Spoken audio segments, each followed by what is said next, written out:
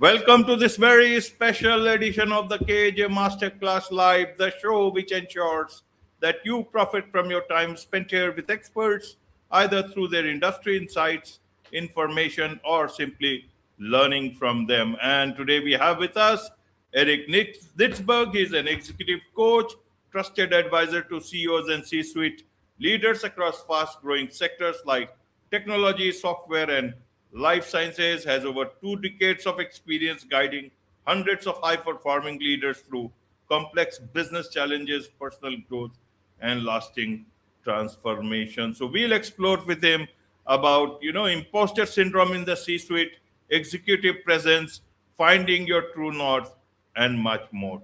Welcome to the show, Eric. Thanks, AJ. It's great to be on the show. You are welcome. Welcome to the show, Eric. Welcome to India in this online form. And I'm sure not just in India, but a lot of people, a lot of leaders across the globe will benefit from what we are going to talk right now. We'll talk about executive self-doubt, on how they use it as a strategic asset that can be used as a strategic asset. So we'll talk about all this and much more. But before that, let's talk a bit about your journey, your background, so that the audience knows who they are listening to. Sure. I've been an executive coach for 18 years. Most of my work has been in technology and life sciences companies. I'm based in Silicon Valley in California, so I'm familiar with a lot of the landscape with both larger and startup technology companies in particular. Before I was a coach, I was in the ministry. So I had a career as a church leader and as a executive leader in a big church. So that's a bit about my background. Absolutely, absolutely. So you must be having a great observation power from that sort of a background. How do you see the leaders today? Is it they are enjoying their work, or they are not enjoying their work? They are more under pressure, self-doubt, imposter syndrome. That's been a buzzword for the last several years. I want to understand from that perspective, from your keen eyes, Eric. Well, I think it's both. I think they're enjoying it and they're excited, and it's really hard to be a senior executive right now because the world has become more complex. There's more volatility. The leaders, the closer you are to the top of a company, the more exposed you are to the realities of the world. There's really nothing insulating you from that. And so as the world becomes a little bit more difficult, so the task of leadership also becomes more difficult. Absolutely, absolutely, Eric. So when do you come into the picture? What is it that these people, talented people, educated people who knows an ins and out of the company, what is it that they need you for, Eric? Well, there's different things that they need me for. I think one thing that's maybe not commonly known is they really need somebody to talk to. It's difficult if you're at the top of a company or near the top of a company or even in the middle. Sometimes it's hard to find someone that you can be really, really candid with, really open with about what your challenges are. Maybe you can talk to your close friends or family members, but they may not understand, the complexity of business or the complexity of leadership. So I think one of the services that I offer is to be a companion with them that they can trust on the journey. And then beyond that, there's all kinds of things that leaders need help with more specifically about leadership. They may need help navigating complexity.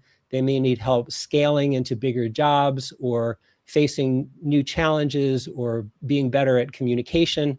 There's a lot of needs around how to communicate better, especially in complex environments. So there's quite a bit that leaders, I think, look to me for. Absolutely, absolutely. So now when they have so much of, resources at hand, and when they have got someone to listen to their woes or get guidance from people like you, should they be worried about the future with AI and all these things? I think, are they getting more clarity going forward, or is it we keep on hearing about leaders facing much more difficulties in these times of artificial intelligence? How does the present trend look like? How does things on the ground look like, Eric? Well, one of the dynamics right now is that the development of AI is so fast and there's so much competition just really globally. It's not just the big technology companies, it's everybody is trying to find a way to implement AI as quickly as they can. And of course they want to do it safely, but speed is really in the foreground right now. So I think that it does present a real challenge, and it creates a level of intensity of work. I mean, I've definitely seen leaders putting in longer hours, working harder, trying to figure out these challenges. How do they do these implementations? And for the companies that are actually, creating AI and developing AI, it really is a challenge to stay in the race, I think. Absolutely, staying in the race. So, which is the one which is most challenging today? Is it about, looking at the future, looking at the top line, bottom line, looking at employees' happiness in the backdrop of the great resignation, quite quitting? Or is it in the backdrop of their own questions for themselves about purpose, about imposter syndrome sometimes, self-doubt that can creep in? How does this look like for leaders today? Self-doubt is coming up as a big thing in today's time. With so many things happening at the same time, the landscape is shifting so fast. Help us understand, especially about this part that you focus on. Yeah, with respect to self-doubt, I think self-doubt is a feeling and thoughts that come up when we face new challenges that are particularly difficult. If you think about, you're climbing a new mountain that you've never climbed before, and so you're not sure, can you do it? You've done many things successfully in the past, but usually if we are doing something that we've done in the past and we've been successful in the past and that's all that we're doing, we're not going to experience a lot of self-doubt or imposter syndrome in that moment. The thing that brings it up is a new challenge or some new wrinkle on the challenge. It's harder than it's been. It's something we've never done before. And there's a study that came out a couple of years ago from one of the big consultancies that found that 70% of American CEOs experience imposter syndrome at times. It's not that they necessarily are experiencing that all the time, but at times they do. So that aligns pretty well with what I've seen. I would say a majority of leaders that I've worked with at one time or another experience some form of self-doubt or imposter syndrome. It's just a natural human emotion. But because things have gotten harder, I think it's coming up more for people. Absolutely, absolutely. So, what is the best? Is it lack of confidence about anything? They are leaders. They are supposed to show the way to others, to the organization, to the employees, to the to the society also at large through their products and services, to their clients. So why does this happen to people who have to lead? Is it because confidence is less? Is it because they have not gone through the rigors of life in the real way? And that they have gotten on the fast track a bit too fast without noticing what it takes to actually, climb the ladder rather than, taking the escalator or an elevator. How does this? I'm always, wanting to understand this part. Means they are not new to this. They should be knowing this. Otherwise, why are you a leader? Tell us about this a bit. Let's challenge their efficiencies in the right earnest, because tough times, I thought, bring out the best in leaders. Of course, they are confident in some times and in some domains. And if they had no confidence at all, they probably wouldn't be able to lead in a sustained way. So it's more complex than just, that it's just all one thing or another. But I think it is in my experience, leaders, they don't want to broadcast periods of self-doubt. If you think about it, let's say you're leading 10,000 people, you have a big company and those people are depending on you. You have, you're helping shepherd this vision into reality. You care deeply about it, but maybe you're facing some big challenges. And so you have some questions, you have some self-doubt privately. You don't want to go on stage in front of 10,000 people and say, well, I wanted you all to know that this morning I woke up and I'm really not sure that I'm up to this job. This is really hard. I'm not sure if I can do it. But anyway, here's what we're planning on doing. I mean, that's not good leadership in that moment. I mean, there may be moments where you can confide in people close to you in the company that you really have questions, and I think some leaders even do in a more sophisticated way share that look, what we're trying here is really hard, and I think about it a lot, and it's a big challenge. But part of being a leader is that you want to inspire others and you want to lift them up. So you have to find a way to lift yourself up, and you have to find a way to lift them up. And I think one of the challenges of being an authentic leader is to be honest with yourself about how you're feeling and to find ways to still convey inspiration, confidence, etc. Even at times when maybe personally you have some questions.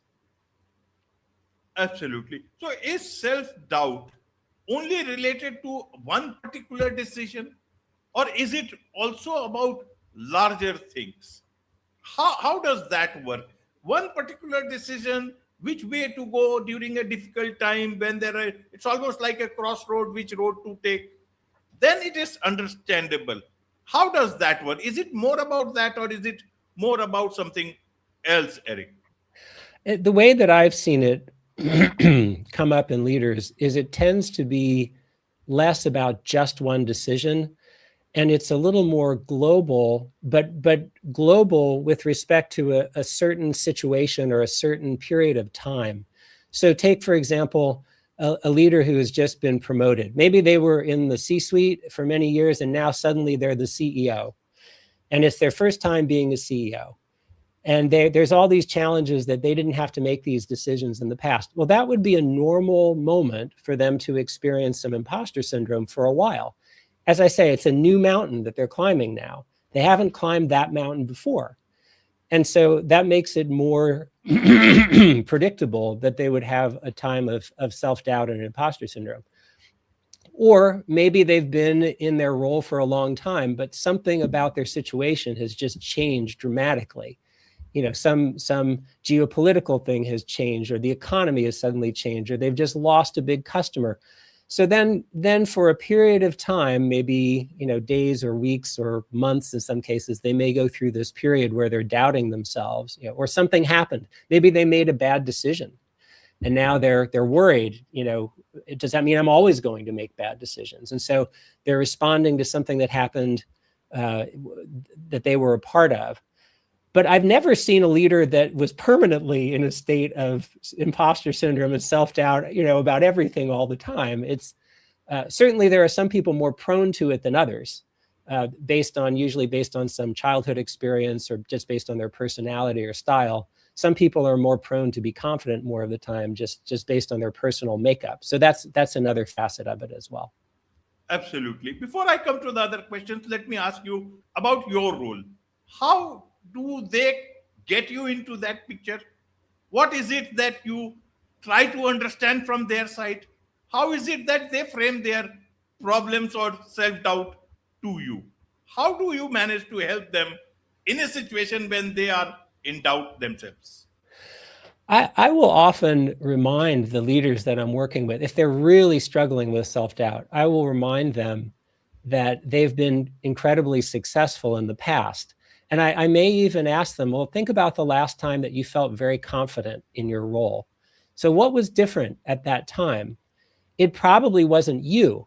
Like you were confident like at that time, and you're not confident now, but you have the same skills, you have the same strengths, you have all the same abilities. What's changed is something in your context. So it's not that you have become worse, it's that something in your environment has become harder or different. And so I try to help them see that they still have all of the capabilities and capacities that they've had before. They're just facing a different challenge, and that's probably what's bringing up those feelings. That can sometimes help. I also try to help normalize it. You know, that statistic I mentioned, about 70% of CEOs, and it's a majority of executives have these experiences, but because it is something that's more private and not something they want to broadcast to the world, I think leaders worry that, well, maybe I'm the only one. You know, I'm supposed to be leading all these people, and you know, all of my colleagues that I see in the news, and like they're showing up and they seem to be so confident and they know what they're doing. And I think that makes it a lot worse. So one of the things that I recommend is that leaders have close confidants that they can talk to and confide in. You know, I can be one of those, but also you know, other people, colleagues that they can really trust, where they can talk about these things. And I think that reduces any shame they might feel about it, and it makes it more normalized. Absolutely, Eric. You talk about, managing self-doubt as a strategic asset. What does that mean?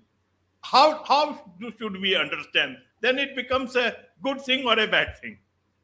I know. I had this idea, I guess, after I read, there was some research that came out of MIT last year where they found that there was a group of people that had what they call imposter thoughts. That is, thoughts that maybe they weren't good enough to do it. And they compared that to a group of people who did not have imposter thoughts. And they found that the ones that did have the imposter thoughts actually performed better than the ones who didn't.